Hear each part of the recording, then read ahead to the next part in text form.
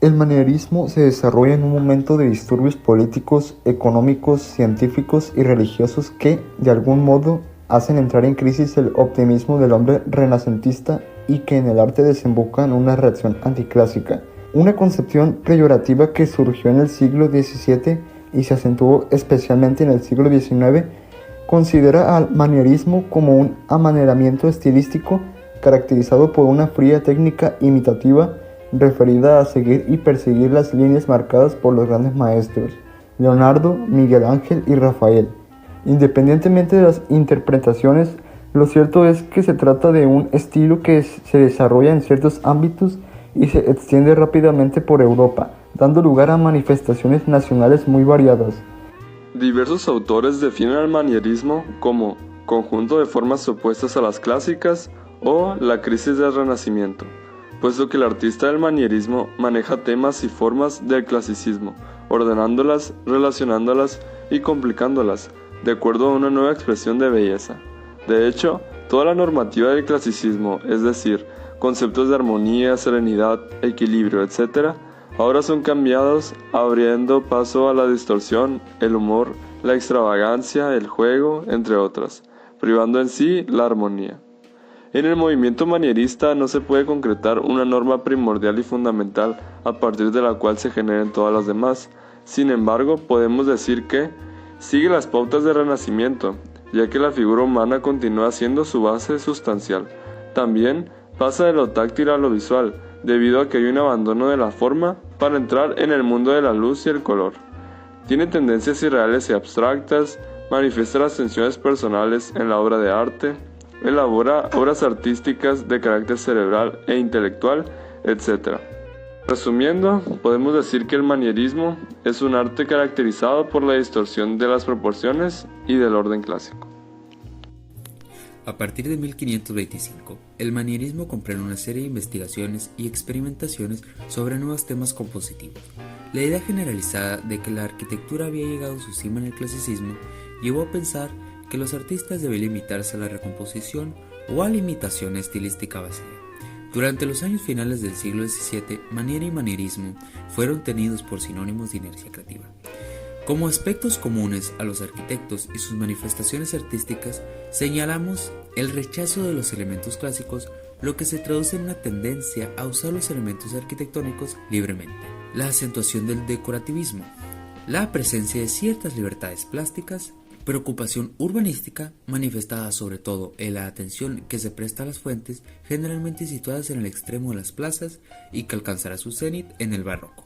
Nueva concepción del espacio, estableciéndose relaciones dinámicas, no estáticas como en el Renacimiento, entre los diferentes elementos de la arquitectura. Giulio Romano. Pintor y arquitecto, Romano fue discípulo y colaborador de Rafael en Roma, y más tarde recibió la influencia de Miguel Ángel. Su obra más importante es la construcción y decoración del Palacio de Te. Sebastiano Serlio. Arquitecto, escultor y teórico, Serlio difundió los principios de la arquitectura en su extensa obra. Publicó a lo largo de su vida 6 libros de arquitectura, todos espléndidamente ilustrados. Los temas de estos 5 libros son geometría, perspectiva, antigüedades, los órdenes, iglesias y el 6º libro llamado Libro Extraordinario. Vignola. Arquitecto y teórico, Vignola trabajó en la Villa Giulia. Realizó la capilla de Sant Andrea sulla Via Flaminia de planta oval, precursora del barroco, y el Palacio Farnese de Caprarola. Entre otras de sus obras, su obra más conocida es la iglesia del Gesù, prototipo de las iglesias de contraforma. La escultura manierista constituye una postura crítica ante los grandes maestros del clasicismo. Es caracterizada por las formas ornamentales y sinuosas que buscan deliberadamente el desequilibrio. Artistas como los Bandinelli, Amanati, Cellini y Giambologna se mueven buscando una expresión intelectual alejada de la plástica realista y del estilo antiguo. El artista Benvenuto Cellini es un escritor de formas refinadas que se manifiestan en desnudos antinaturalistas y perfiles finos, alargados y siluetas sinuosas. Asimismo, acompaña a sus figuras de motivos ornamentales, especialmente en animales. Su estilo se difunde por Europa tras haber trabajado para Francisco I de Francia en la escuela de Fontainebleau. rompiendo con el equilibrio y la serenidad propios del Renacimiento. Otro artista reconocido es Jean Boulogne. Realmente su nombre era Jehan Boulogne de Huy, originario de Flandes. Es un virtuoso que aúna estilo y técnica. Sus formas están dotadas de un plasticismo ondulante que se fuga en mil direcciones y de un vigor milangelesco, que anticipan la fantasía del barroco. Sin duda alguna fue el escultor más prolífico del manierismo, con obras que tienen un marcado carácter monumental. Durante la época del manierismo, las obras de arte como las pinturas destacaban por su estilo único y marcado de la misma era. Algunos de estos puntos son los siguientes. Para empezar, tenemos la densidad de los cuadros con figuras apretadas y acumulación de objetos, que expresaban un error vacui. Con error vacui nos referimos a un horror al vacío, que contrastaba con los espacios vacíos de la época del clasicismo. Dentro del apartado de las pinturas, hubo muchos artistas que destacaron por tomar el estilo manierista a su propio estilo y llevarlo a otro nivel más personal y mucho más trascendente. Algunos de estos destacados artistas fueron los siguientes. Tenemos para empezar a Correggio. Correggio se destacaba por suavizar las formas de sus personajes, integrándolos de forma armónica. Sus figuras son ligeras, portadoras de gran sensualidad y refinamiento. Es recordado por temas como las sagradas conversaciones, la mitología y las pinturas al fresco. Una de sus pinturas más famosas se llama Frescos de San Giovanni Evangelista. En esta pintura podemos ver cómo es que Correggio usa su característica habilidad para suavizar las figuras y las personas, para hacer un claro resalte a los enfoques que su misma obra buscaba resaltar. Para continuar, tenemos a Parmigiani, el cual se destacó por desarrollar una evolución de formas refinadas y aristocráticas, destacando en algunas ocasiones un estilo virtuoso, y su obra más destacada es la Madonna de cuello largo, en la cual podemos ver el uso de formas alargadas de una gran suavidad e incluso elegancia para denotar el cuerpo y las vestiduras de la mujer. Para finalizar tenemos a Tintoretto, el cual se destacó por utilizar el dibujo y los trazos monumentales al estilo de Miguel Ángel. También se llegó a interesar por el color como Tiziano, aplicando tonos sombríos, los cuales empleaba para evitar los contornos en sus pinturas por medio de una luz irreal. Su obra más destacada es la famosísima Última Cena, donde empleaba todos estos conceptos que hemos mencionado anteriormente para denotar a la figura de Cristo, desarrollando una sinfonía de luz proveniente de una lámpara, para así invadir e impactar la escena. El manierismo español fue un periodo artístico que se desarrolló en España durante el siglo XVI, influenciado por el manierismo italiano, pero con características propias y particulares. Este estilo se caracterizó por su énfasis en la distorsión de las formas, el uso de colores intensos, contrastes y una tendencia hacia lo complejo y lo exagerado. Algunos de los artistas más destacados del manierismo español incluyen a El Greco, cuyas pinturas son conocidas por sus figuras alargadas y sus intensos colores. Luis de Morales, conocido como El Divino, famosos por sus retratos religiosos. Alonso Berruguete, escultor cuyas obras reflejan la influencia del Renacimiento italiano como del manierismo. El manierismo español también se manifiesta en la arquitectura, con edificios como el Monasterio del Escorial, diseñados por Juan de Herrera, que exhiben una estética sobria y monumental propia de este estilo.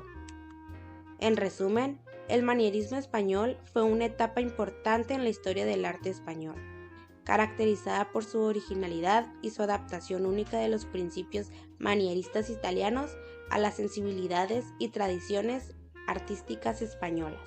En la obra de Domenico el Greco, entre los años 1541 y 1616, se distingue en 3 etapas, las cuales son bizantina, italiana e española. En la bizantina se recibe una educación en ambientes cretenses que se encuentran insertos todavía en una fe medieval.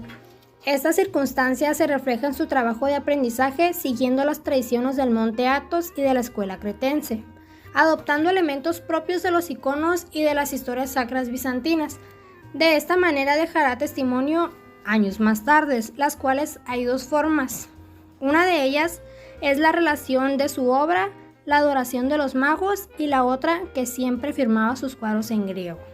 La segunda etapa es la italiana. Aquí el Greco en el año 1560 se trasladó a la que entonces era la capital política de los cretenses, a la que se regresa en los años 1575 y 1576.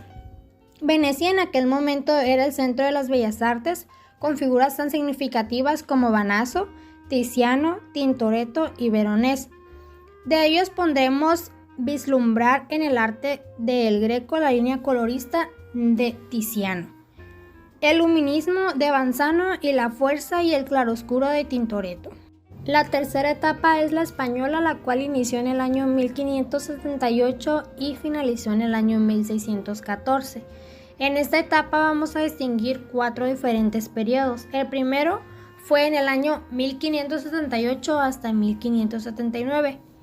Este periodo lo caracteriza el cromatismo cálido dominado por los colores amarillos, carmesí y morado, la combinación del color veneciano de Tintoretto con el dibujo florentino-romano de los pintores manieristas. La segunda fue en el año 1580 hasta 1582. Aquí fue práctica y trabaja para Felipe II. Este entusiasta del arte tiziano y del veneciano en general le encargan 2 cuadros para una realización que representará para el rey una gran decepción. Es decir, que Pacheco, censor del Tribunal de la Inquisición, era un arte de crueles borrones. Otro periodo fue en el año 1583 y 1587. El Greco decide quedarse definitivamente en Toledo, que era un gran centro económico, cultural y religioso en esa época. Ahora comienza a trabajar incansablemente para los prelados y señores toledanos.